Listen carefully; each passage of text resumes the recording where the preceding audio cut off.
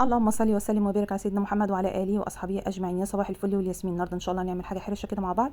زهقنا من اللحمه والطبيخ وكل الحاجات عملناها في العيد. ان شاء الله النهارده نعمل حاجه بسيطه وسهله. اول حاجه هنا معايا بتنجان كوبي ومعايا طماطم معايا بطاطس معايا فلفل سبايسي او بارد حسب ما انت بتحبي. هبدا ان انا اقطع البتنجان بتاعي شرايح، مش عايزاها رفيعه قوي ولا تخينه قوي، عايزاها وسط. خلصت كل كميه البتنجان بتاعتي، هجيب مصفى وارش عليها شويه ملح واسيبها تنزل الميه بتاعتها. قبل ما استخدم البتنجان هديله شطفه سريعه، هسيبه بقى كده يتصفى قبل ما اقليه. انا هنا معايا حبايتين 3 بطاطس، هقشرهم بقى واقطعهم برضو صوابع، ولا عايزاهم رفيعين ولا عايزاهم تخون، قطعيها وسط. النهارده ان شاء الله هنعمل مسقعه بطريقه سهله وبسيطه. هخلص بقى كل الكميه اللي معايا، هجيب بقى الطاسه بتاعتي او الوok بتاعي، هنزل بذمتي كميه الزيت بتاعتي المناسبه للقليه.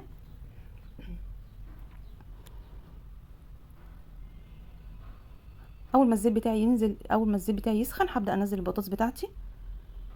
اول ما تاخد معاكي اللون الجولد طلعيها. في نفس الزيت برضو هحمر البتنجان.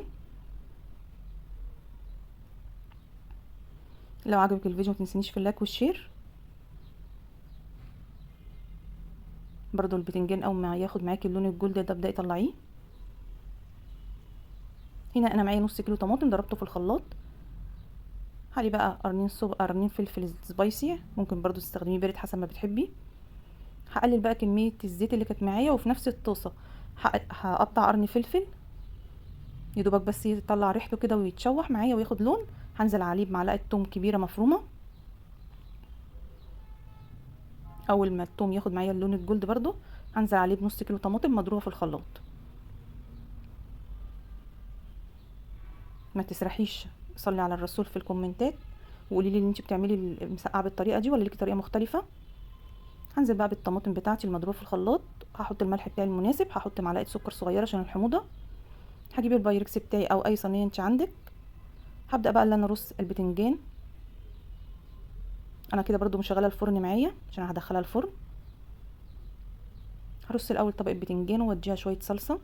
انا مش مسبكه الصلصه للاخر، مش مسبكاها جامد يعني، سايباها فيها شويه ميه عشان كده هتخش الفرن.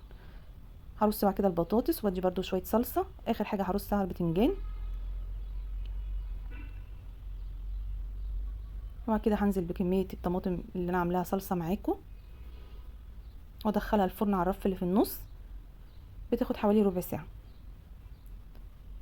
هتاكلي احلى صينيه مسقعه عملتيها.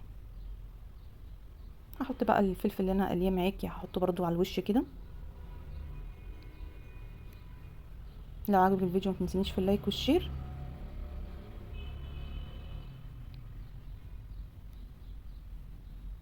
وربنا يحسن ما بين ايديكم.